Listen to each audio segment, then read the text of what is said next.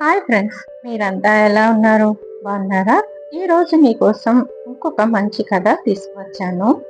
విశాఖపట్నం నగరానికి బయట ఒకప్పుడు చాలా ప్రసిద్ధి పొందిన ఒక పాత జంతు ప్రదర్శనశాల ఉండేది. ఆ జూకి పేరు సుందరవనం జూ. 20-30 సంవత్సరాల క్రితం అది చాలా ప్రసిద్ధి చెందిన ప్రదేశం. పిల్లలు తమ తల్లిదండ్రులతో అక్కడికి వచ్చి సింహాలు, పులులు, కోతులు, జింకలు చూసి ఆనందపడేవారు. కానీ కాలం గడిచే కొద్దీ ఆ ప్రదేశం నెమ్మదిగా నిర్లక్ష్యానికి గురైంది.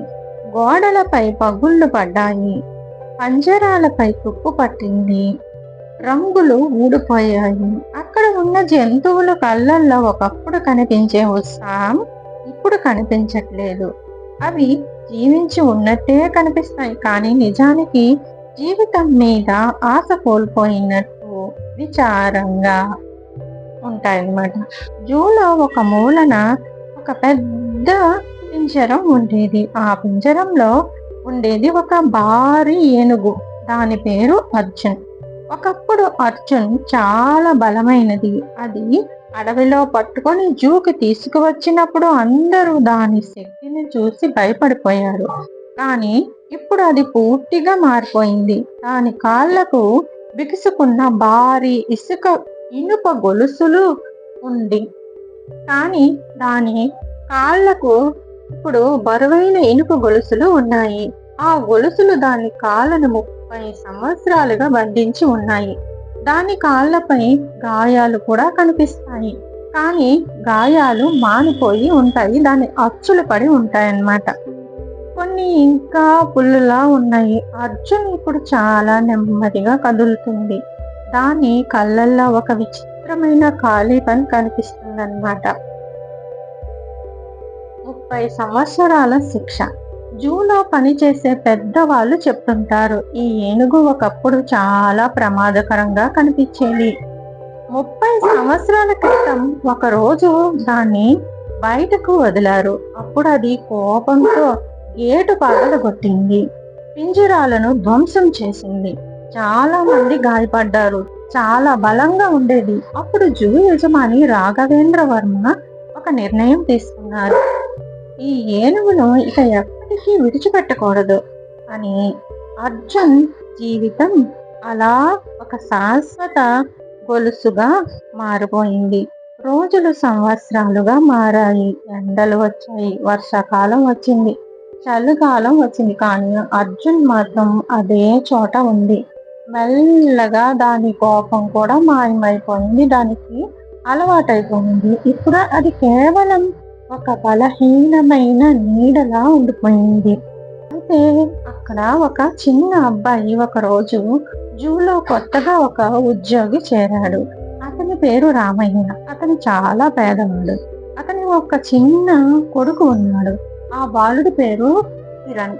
చాలా చిన్న అబ్బాయి, 10 సంవత్సరాలు ఉంటాయి. కిరణ్ వయసు దాదాపు 10 సంవత్సరాలు. రామయ్య అతన్ని ఇంట్లో ఒంటరిగా వదలలేక జూకి తీసుకొచ్చేవాడు అనమాట. కిరణ్ జూలోని ప్రతి జంతువుని ఆసక్తిగా చూసేవాడు. కానీ ఒక జంతువు మాత్రం అతని మనసును ఆకర్షించింది. అది అర్జున్. అది ఏనుగు. కిరణ్ ప్రతిరోజు అక్కడికి వెళ్ళి ఆ ఏనుగును కళ్ళలోకి చూస్తూ ఉండేవాడు. అతనికి అర్థం కాలేదు, కానీ ప్రతిసారి అర్జున్ చూసినప్పుడు అతని హృదయం పాపం భారంగా అనిపించేది. అయ్యో, ఇలా కట్టేసిందే అని. ఇలా ఉండగా ఒకరోజు కిరణ్ తన తండ్రిని అడిగాడు, నాన్న, ఆ ఏనుగుని ఎందుకు ఎప్పుడు గొలుసుతో కట్టేస్తారు? రామయ్య సమాధానం చెప్పాడు, ఇది చాలా ప్రమాదకరం బాబు. దాన్ని విడిచిపెడితే పెద్ద నాశనం చేసేస్తుంది, అందరినీ చంపేస్తుంది, వంశం చేసేస్తుంది అని చెప్పాడు. కిరణ్ కొంతసేపు మౌనంగా ఉన్నాడు.